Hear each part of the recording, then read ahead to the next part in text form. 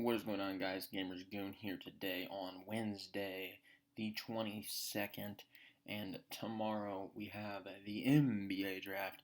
I'm going to be doing a full first round mock draft here on the channel today, and then I will also be doing a Chicago Bulls who we should target in the draft video next later today as well. Now we're going to do this pretty standard, selecting for all teams.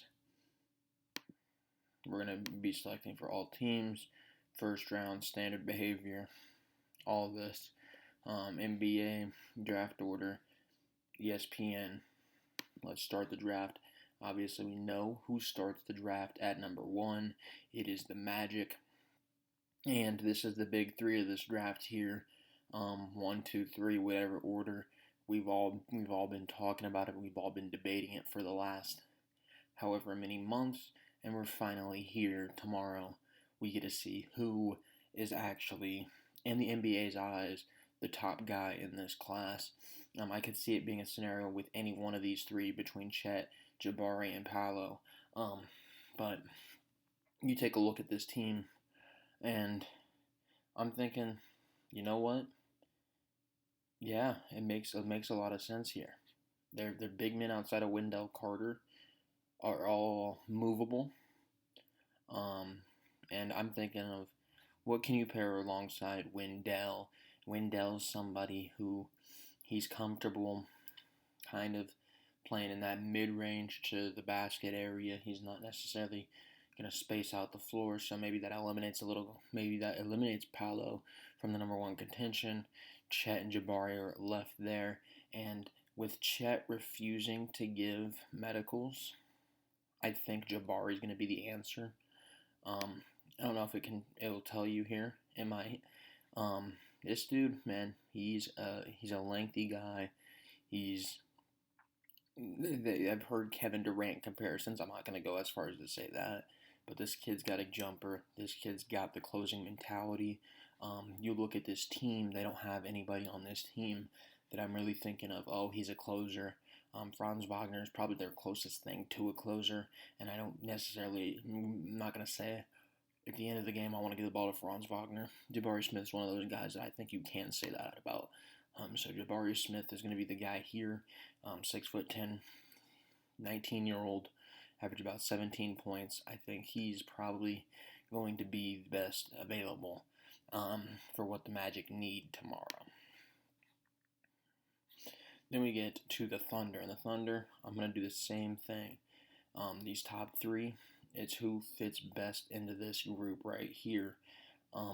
Lou Dort, Shea, both guys that can extend a little. They're better downhill.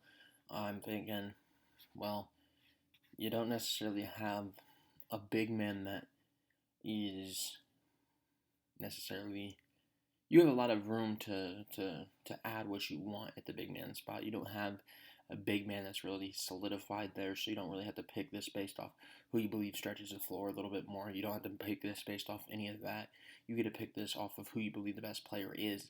And I think, once again, with Chet having questions and Paolo being there, I think it's too close to call between the two.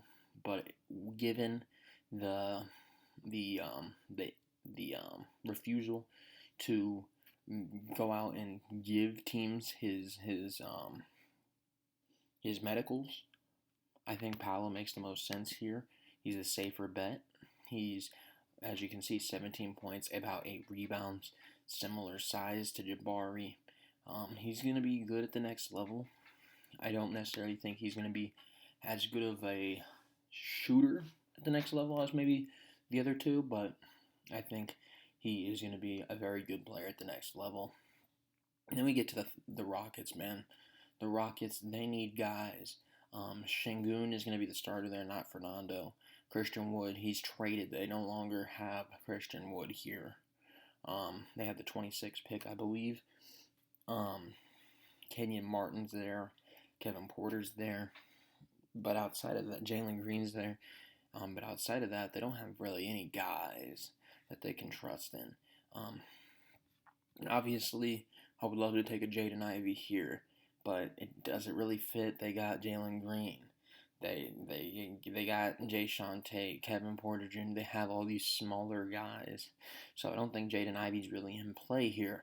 Chet Holmgren, once again, I don't know. At 3, if you're committed to medicals, being question marks. I believe this is going to be where we see the first curveball of the draft. Somebody that I really like is Keegan Murray. I think he can play both sides of the ball. I know he's a tad bit older. He's a sophomore, and he's a little bit of a newcomer. He blossomed last year, whereas we wouldn't have thought he was going to be a lotto pick going into last year. Now he is, and that gives you room in that Christian Wood trade if you have somebody to replace him, like a Keegan Murray. Because when you look at these guards, yeah, they have the nice names here, but when you're looking at these guards, man, Ty could be there later. Kennedy could be there later. Dalen Terry going to be there.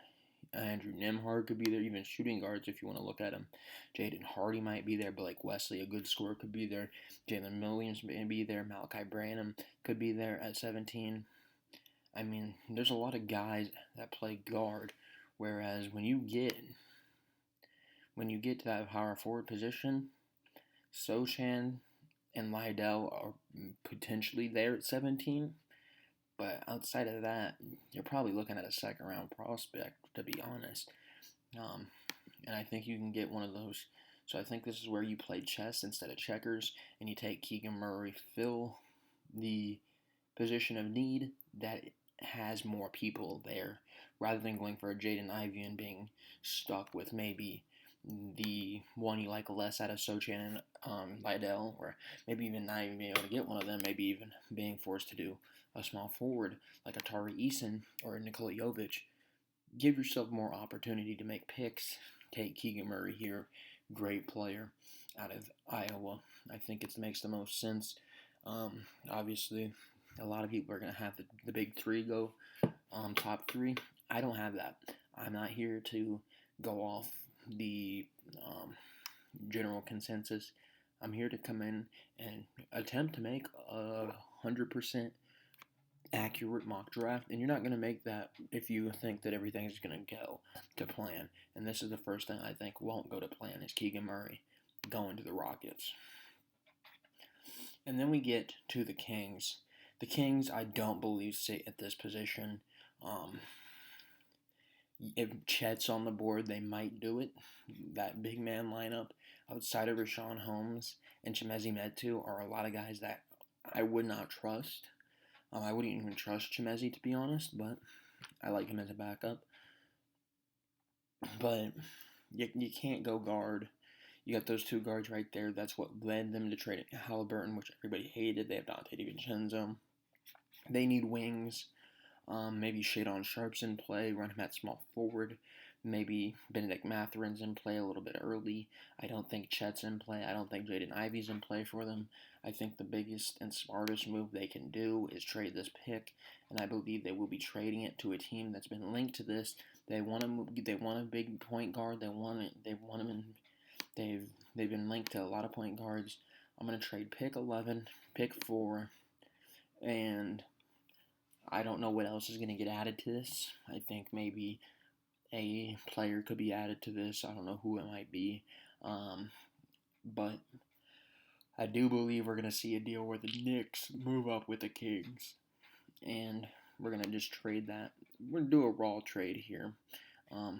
Obviously, more might be added, more might not be added. But if the Kings move up, Jaden Ivey on the board, I think that's all but guaranteed. Jaden Ivey is going to be the selection for them. And that's what it says right there. It filled it out for us. Jaden Ivey, a guy that I really like. I think he is a guy that has the potential to be a superstar at the next level. Very athletic kid, very creative with the way he gets the ball into the basket. A very fast, explosive guy off the dribble. Good playmaker. I think he'll be solid, and he should be somebody that the Knicks could rely on at the point guard position if they want to move on from their current backcourt of the Emmanuel Quickly and Derrick Rose thing. They wanted to maybe just have Quickly off the ball. This is helpful there with Jaden Ivey, somebody that I believe is going to maintain scoring around that 17 points a game. I don't see that differentiating for Jaden Ivey.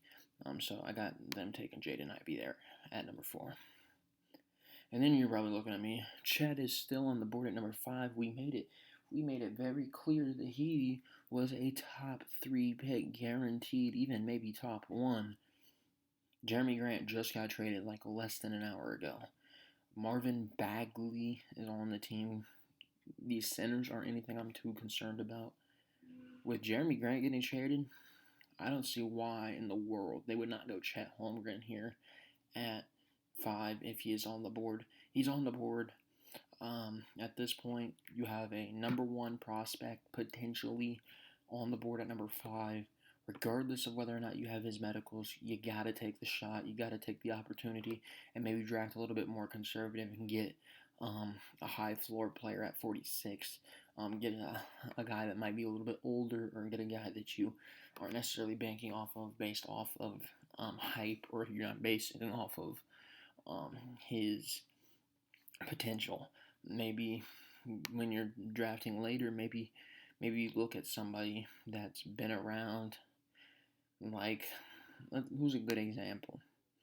Let's go for a point guard. Maybe you go for somebody that's been around. Like, I don't know. Maybe an Andrew Nembhard if he's there. But there's options. But you can't let Chet Holmgren fall past 5 if you're the Pistons. You just can't. Self-explanatory there. Then we get the Pacers on the clock. Pacers are a team. I look at them. I see a lot of needs. Wang is a need. Big man's a need. I think it's too early for maybe a Jalen Duren if they decide to trade Miles Turner. I think it may be too early for an AJ Griffin. So the only player that really fits here, I don't think it's Shadon Sharp. I don't like that fit. I don't think they want another guard. I think they'll want a wing. And to me, Benedict Mathurin, yes, I think he probably plays shooting guard in the NBA, but I think he'll also be somebody that you can stretch to a small ball, small forward, somebody that is very similar in terms of two-way ability as Chris Duarte. I think it would be a decent selection. They've shown the ability to draft older players. With Duarte being a little bit older, they think that maybe their time is now. So it makes sense for them to go get a two-way guy like Benedict Mathurin here. And hopefully that's the move for them, because I do like Benedict Mathurin. You get 17 points a game, 5 rebounds at a 6'6" kid.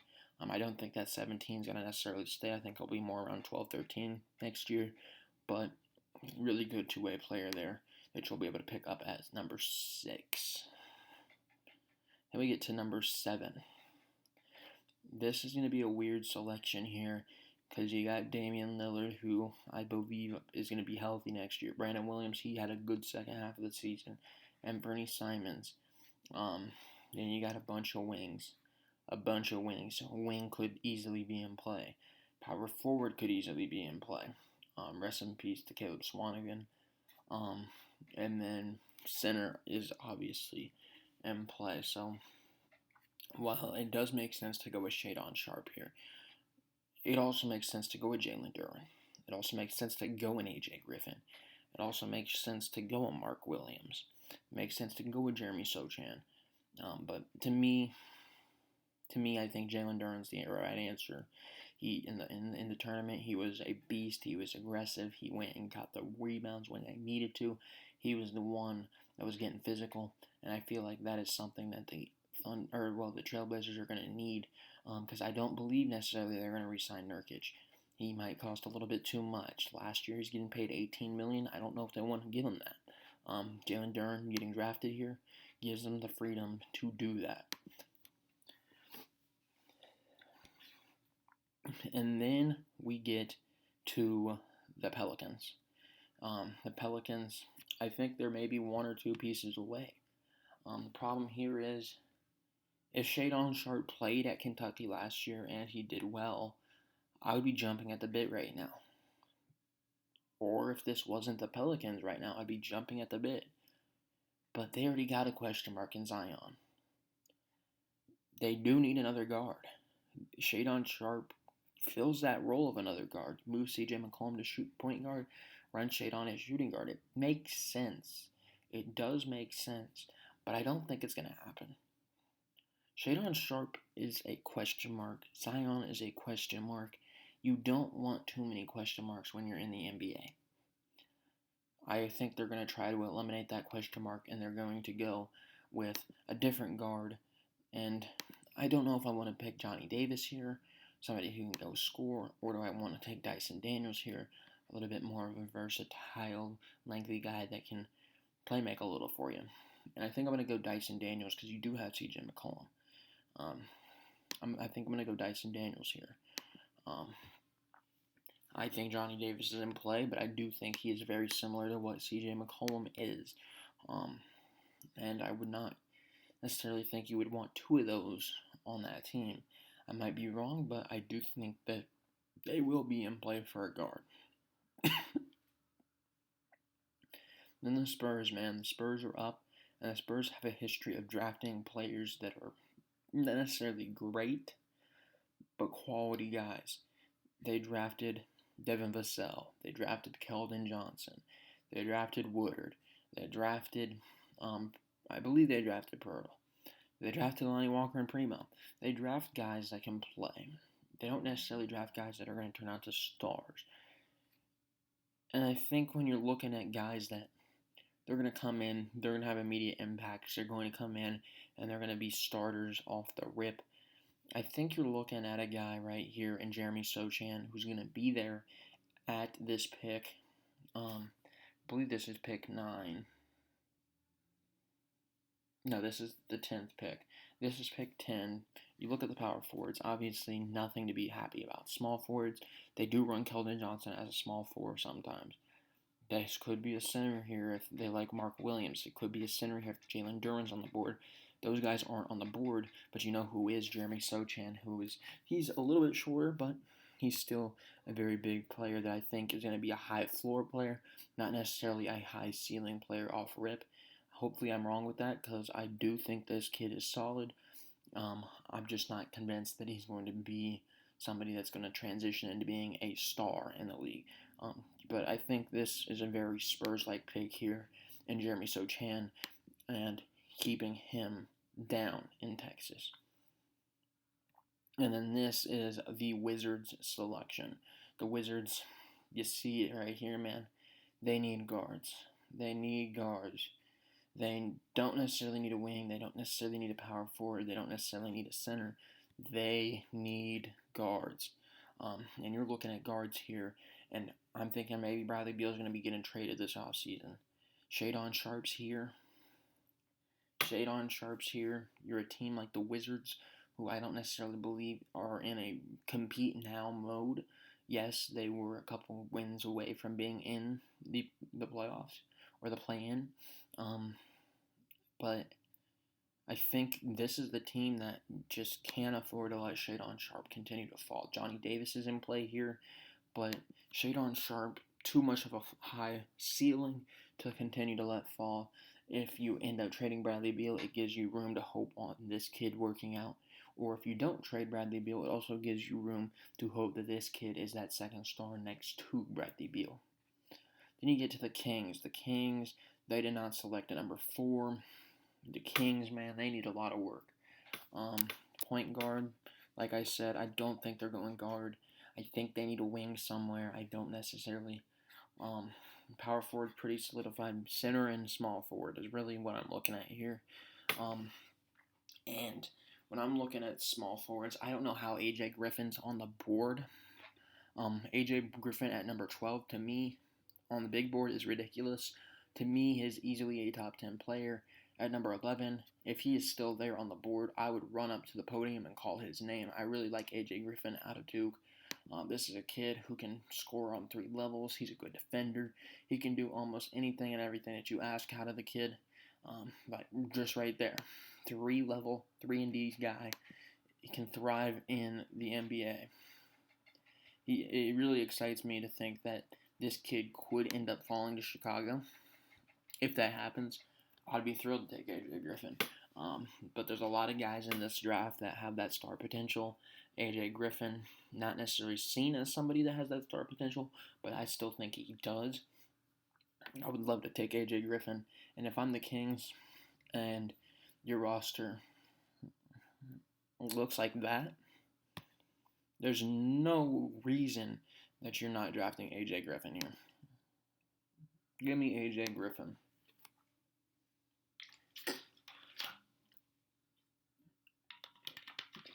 And then we get to the Thunder. The Thunder are picking there. This is pick 12. We drafted Paolo. We drafted somebody that we know is going to have a high floor. And that filled the big man concern. That filled that concern. Center could be in play here.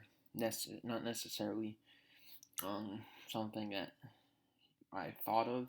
Mark Williams could be in play here. Small forward could be in play here.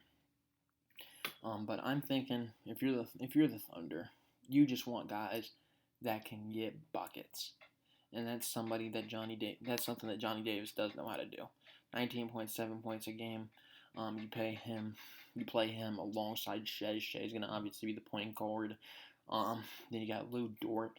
You got Paolo, and you got whatever center where you want around. I think it's probably going to be Jeremiah Robinson Earl.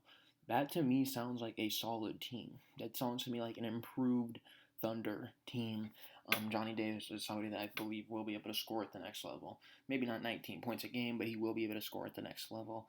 And you put that alongside Shea Gilgeous to lighten the load off him a little. And I think you have a Thunder team that is willing to compete.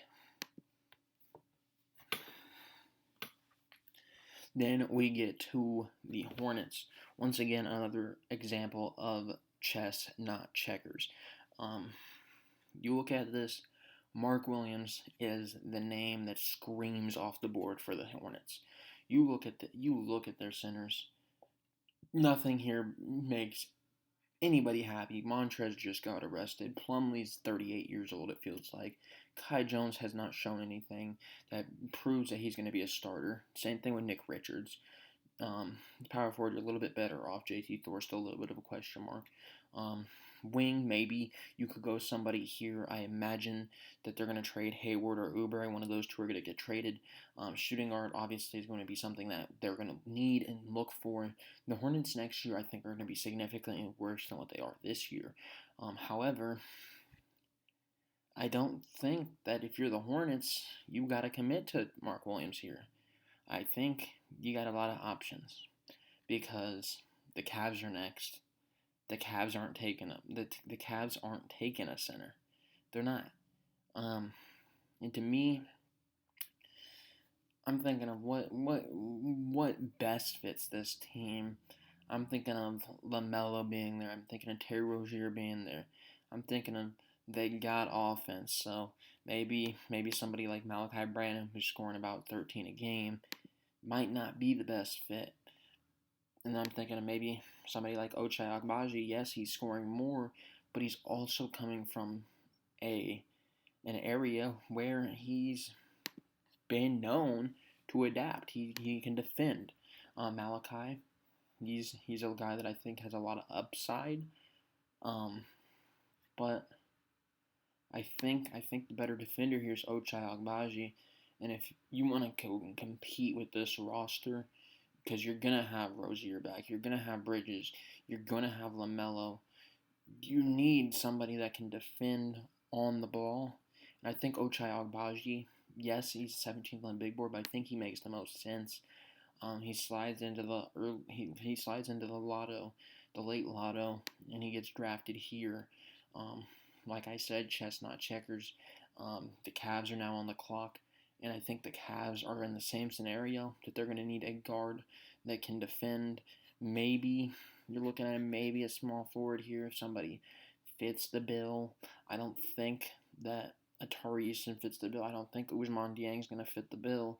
I don't think Jalen Williams' time's just about yet. I don't think Blake Wesley, who's a little bit more of a scorer, is going to happen right now. But I think Malachi Branham is going to be the guy. I think you got to figure out what you want to do. Because right now, if you look at this guard lineup, you got Garland, who's obviously going to be the starter. He's going to play 30, 40 minutes a game. Karis LeVert, obviously, not necessarily the same Karis LeVert before his whole health situation that happened.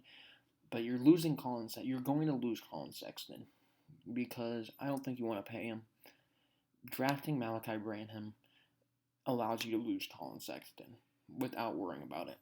And I think that's going to be the move. Then you got the Charlotte Hornets. I don't even need to explain it. I said they have no center. Chestnut checkers. I don't see how Mark Williams is past 15. If he's there past 15, somebody made a mistake in the draft room.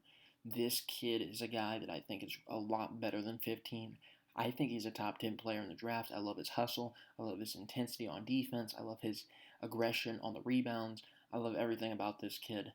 Mark Williams is one of my favorite players in the entire draft. Then you get to the Hawks. The Hawks, man, they need help. They might trade John Collins. Maybe if that power forward, a big man's in play here. A wing is potentially in play here. But I'm thinking defense when I'm thinking this pick. And I'm thinking, well, you got two lengthy wings here. And, yeah, they could end up being decent defenders. Instinctual defenders, what they say for Ousmane Dieng. But Tari Easton's somebody that I think he gets after it, man. He gets after it. 7'2" wingspan. I like it. I like this kid. He's a disruptive defender, as you can see right there. But he's a little bit more somebody that I think can switch around and kind of help off of Trae Young a little bit more than Ousmane Dieng. I think Tari Easton's the guy here. I think he's the guy. 17 points a game. You can get offense out of him. You can get defense out of him. You can get rebounds out of him. Tari Easton to me at 16 makes sense. And I don't see how in the world. I mean, yes, you do need guards. You do need guards desperately. But you took Keegan Murray, did maybe a little bit of a risk by not going the best player available or the best two players available. Best player available here is Ousmane Dieng, who's somebody a lot of people thought could be a lotto guy. A lot of people thought he was a top 10 guy at some points. If he's there at 17, you can't pass up on that. You can't. It makes perfect sense right now. Another lengthy guy to bring into Houston. Houston's a team that struggled with size. That gives you size. And then we have my Chicago Bulls on the clock. And when I'm thinking of the Chicago Bulls, I'm looking at E.J. Liddell here.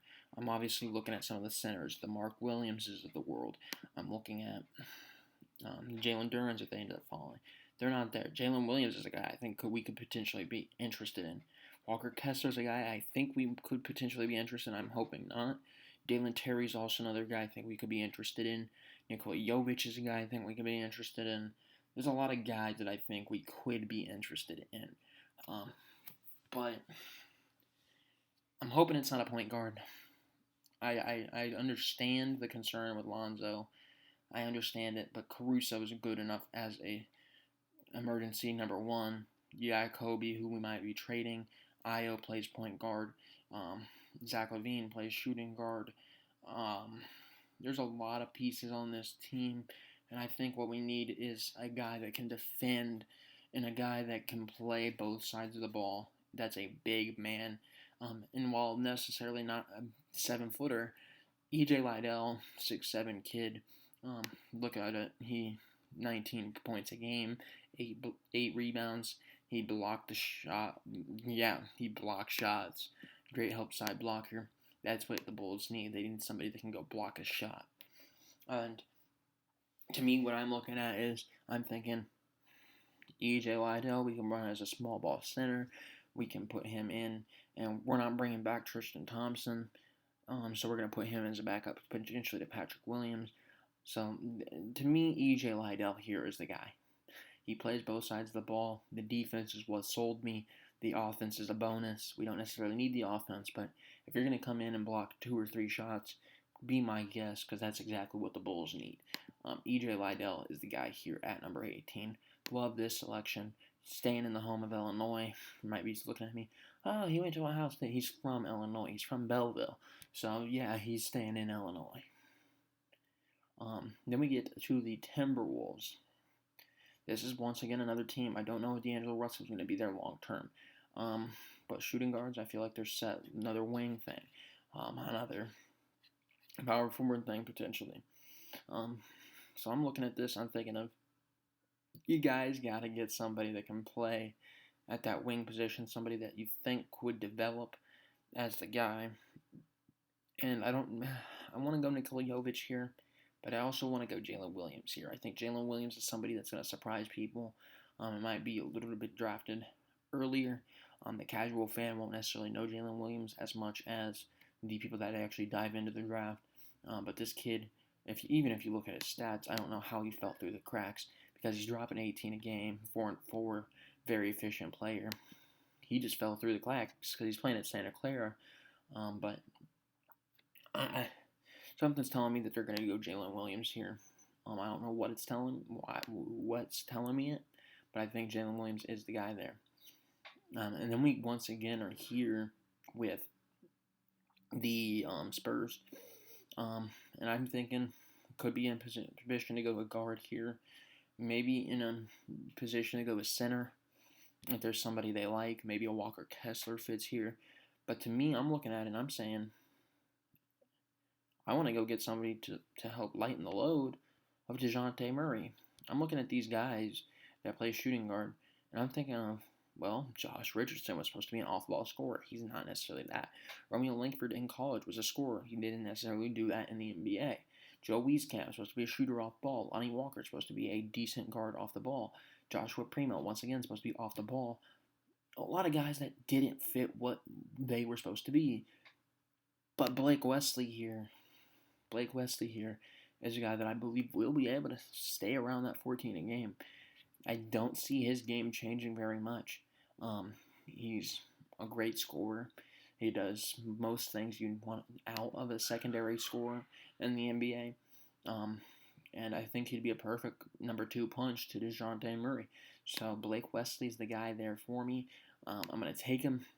And you got Sochan, you got Blake Wesley. You might not necessarily have any home run names in terms of the casual fan, but it'll be decent for what you're looking for if you want to develop that team. Then once again, point guard. I really like Bones Highland. Monte Morris did solid. Jamal Murray's going to be back, and he should be healthy. Will Barnes, somebody that's decent. So maybe you're looking at a shooting guard there. Michael Porter Jr., somebody that's been on and off the court. Maybe you're looking for a wing. Aaron Gordon, great player. Or, good player, not great player. Nikola Jokic. But I'm thinking, well, what do you need? You need somebody that can play off ball. You need somebody that can provide something for you without you necessarily providing it for them, or without them being the primary guy to provide it. I really like Dalen Terry. I think he can play off ball, but to me, for him to develop, he's got to have the ball in his hands. And I don't think that's a situation that you're going to be in if you are on the Nuggets. Whereas somebody like Nikola Jovic, I feel like could thrive off ball. I'm actually going to take Nikola Jovic maybe a little bit early than his pre-draft ranking, but I think he fits well alongside. He's a big guy. He fits the shooting role. He fits all of that. He fits the length. He fits all of what the Nuggets want to be. They just haven't had the health to match it. But he fits it. Then we have the Grizzlies. And the Grizzlies are a team that I feel like this roster right here is set. Tillman, good backup. Steven Adams, good backup. Dylan Brooks, good backup. Shooting guard necessarily isn't the right thing. Desmond Bane obviously plays there. Dylan Brooks plays there. Zaire Williams is backup here. But I'm looking at this. I'm thinking of where can we get something that could potentially put us over the edge, something that can potentially turn into a star, somebody who can play not necessarily as the primary guy, but maybe as the second guy on that. And I'm thinking of maybe Dalen Terry here. He's 6'7". You can run him at small forward if you want, or you could run Desmond Bain at small forward like they suggest. I would run him at small. I would run Dalen Terry at small forward. But Dalen Terry is somebody that I think has star upside. It's going to be a developmental process with him, but like what we saw with Zaire Williams, they're obviously willing to give him the minutes, even though they are trying to compete now. Dalen Terry, once again, is somebody that could fit that role of what they're trying to make Zaire Williams into, somebody that could be that second or third scorer on that team and push them over the edge. So you can have enough guys that can do that. Yes, these aren't flattering stats necessarily, but I think he is a guy that could become a lot better in the NBA. So I'm going to go Dalen Terry there. We got the 76ers. The 76ers, man, they are a train wreck. Tyrese Maxey, really like him. James Harden, Matisse Thybulle might get traded. Danny Green might get traded. Small forward's an issue, obviously. Tobias Harris could be getting traded. Joel Embiid and James Harden are really, and Tyrese Maxey are really the only things that are set in stone. And I don't love this pick for them, man. I don't love this spot. I don't love it at all. I don't like anything about it. Nothing here screams to me as it's the right pick. I don't think guard's necessarily the right pick. I don't necessarily know if anyone wants to trade to 23 and maybe trade up and take one of these guys that might be slipping a little bit. Man, they're in a rough spot here. I don't think they go point guard. Which is obviously the best position available. They don't need to go center. They don't need to go Walker Kessler. They don't need to go Khalifa Diop. They don't need to go Jalen Williams. There's really no wings that are available. I don't think Beauchamp is going to be a wing at the next level. Is my problem. He's 6'7", but I don't feel like he's going to be a wing at the next level.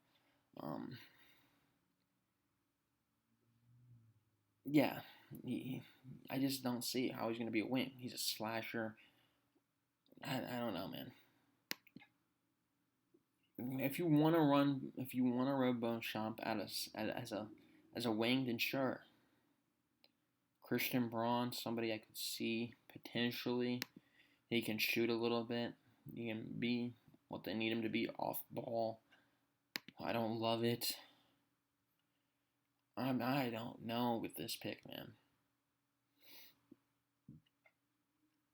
I don't think it's a Kendall Brown.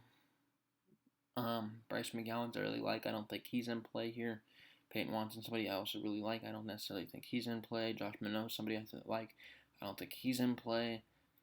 Man, this is a rough spot.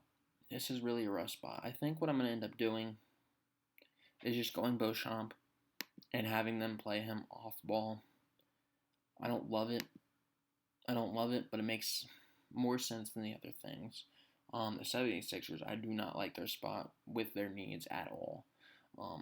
Then you go to the Bucks. Obviously, Giannis can play all 5 positions. It doesn't matter what. But when I'm looking at this team, I'm thinking you might need a small forward here. You maybe need a center here. And if you have a center on the board that is Walker Kessler, that can block shots, that can do all that Brook Lopez was doing in the playoffs, I don't see why you wouldn't go him. I don't think he's going to be averaging 11 points a game. I think he's probably going to be closer to about like maybe 6 or 7 a game. But that rim protection ain't going to go away. I think that's going to definitely be there. I'm going to take Walker Kessler here, and he is going to be the next Milwaukee Buck. They can't have enough guys to deflect shots, man. They can't. And then the Spurs, they're hitting a home run with this draft. High floor guy. A guy that I think is going to be an explosive scorer at the next level. I think maybe the last move you could maybe go here is Walker Kessler if he falls, but he's obviously not there. Khalifa Diop, I think, is in play here. I think it's probably actually going to be Khalifa Diop here because I don't see them needing any of these guys. So I'm actually going to go Khalifa Diop, who is the first non-top 30 prospect that we are drafting. I do like his game. I do think he's going to be solid. I don't necessarily know if he's going to be a starter, but I think he could at least find a place in the league, so he is going there. Then the Rockets, once again, they got a guy that's really good with a high floor, and then they also got a guy that's very lengthy and can do almost anything you ask of him. Now you're looking at maybe just filling in those gaps. Maybe a backup center here. Maybe you do want to go shooting guard and just eliminate the need for Eric Gordon, or maybe you want to go point guard and eliminate a backup need for Dennis Schroeder. Man, though, if you're sitting here, I guess the best thing available here is Ty Washington. I don't like this guy necessarily, but he is a guy that was supposed to be Lotto at some points. He's a good player. I don't know if I like him more than Kennedy Chandler, but I think he does go before Kennedy Chandler. And with the way the board's playing out, it makes more sense for Ty to go here. So I have Ty going at number 26. So they do get two guys that are below their rankings and one guy that's a little bit above his ranking there. Then we get the Heat. The Heat. They are pretty well off, if you ask me. I might add another big man here just to... Why does P.J. Tucker listed as a shooting guard? I don't know if there's any big men here that really hit me as guys that would fit with the Heat. Because I'm looking at the Heat, I'm thinking of Jimmy's not necessarily a shooter. Maybe do they need to bring in a shooter? They probably need to bring in a shooter, right? Dwayne Wade is still listed on their team. They probably need to bring in a shooter. And you're not necessarily getting shooting out of those two. It might be a Christian Braun. And you know what? I'm not even going to think twice about it. I'm going to actually go Christian Braun right away. No questions asked. We're just committing to it at this point. Then we have the Warriors at 28. They're just picking to pick, man. They're just picking people that can potentially help them win another championship. Nothing needs to be too crazy. They're in a situation that they could go best player available and just take Kennedy Chandler, or they could go Jaden Hardy. I don't think it really matters where they go, to be honest. And I think they probably do actually go who they think has the most potential. And I think Jaden Hardy does have a little bit more potential than Kennedy Chandler. It might not make sense right now because of all the guards they do have, but their guards are aging. If you put him in the G League like they did with the Jordan Poole, then he could come in and be a decent backup in the future. And I think that's going to end up being what I'm going to do there with Jaden Hardy.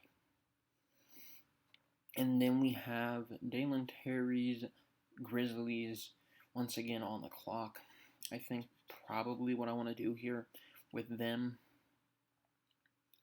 is just establish somebody that can come in and be an immediate impact kind of guy. Maybe a David Roddy. I mean, he's a little bit smaller for a power forward, which I'm not in love with. So maybe it's not going to be David Roddy. Maybe it's Jake LaRivia here. I mean, he's a decent scorer. It's about around where he's going to go. I really like Josh Minot. I don't think he falls into the first round necessarily. Small forward. I really like Peyton Watson. Center is obviously in play. Jalen Williams, the guy that's in play. Yannick Nzosa. Ishmael Kamagati. Man. They don't need Kennedy Chandler's the problem. And I think Kennedy Chandler's going to go first round. I'm just going to commit to David Roddy here. They're going to get him. They're going to figure out the small ball lineup. I'm going to leave that on them. I'm not going to put too much thought into it. And then we have, to cap off the first round, we have the Nikola Jovic Nuggets. And I think you go guard here. I think you go maybe a shooting guard here, somebody that could at least help lighten the load once Jamal Murray comes back. Kenny Chandler might not be a shooting guard. He does lighten a load though. Maybe we don't go to Kennedy Chandler. Maybe we go with Bryce McGowan's. But it feels wrong having Kennedy Chandler fall out of the first round, so I'm going to actually take Kennedy Chandler to cap it off. And there you go. There's a quick recap. Jabari at number 1, Paolo at number 2, Keegan at 3, Jaden Ivey at 4, Chet at 5, Benedict Mathurin at 6, Duran at 7, Daniels at 8, Sochan at 9, Shadon at 10, 11 goes AJ Griffin, Johnny Davis at 12, Ochai Agbaji at 13, Branham at 14, Mark Williams at 15. Then you got Tari Eason at 16, Ousmane Dieng 17, EJ Liddell at 18, 19 you got Jalen Williams, Blake Wesley at 20, Nikola Jovic at 21, Dalen Terry at 22, Beauchamp at 23, Walker Kessler at 24, Khalifa Diop at 25, Ty at 26, Braun at 27, Hardy at 28, David Roddy at 29, and Kennedy Chandler to cap off the first round. Thank you guys for watching. Hopefully you did like this video, and we will be doing a Chicago Bulls video shortly.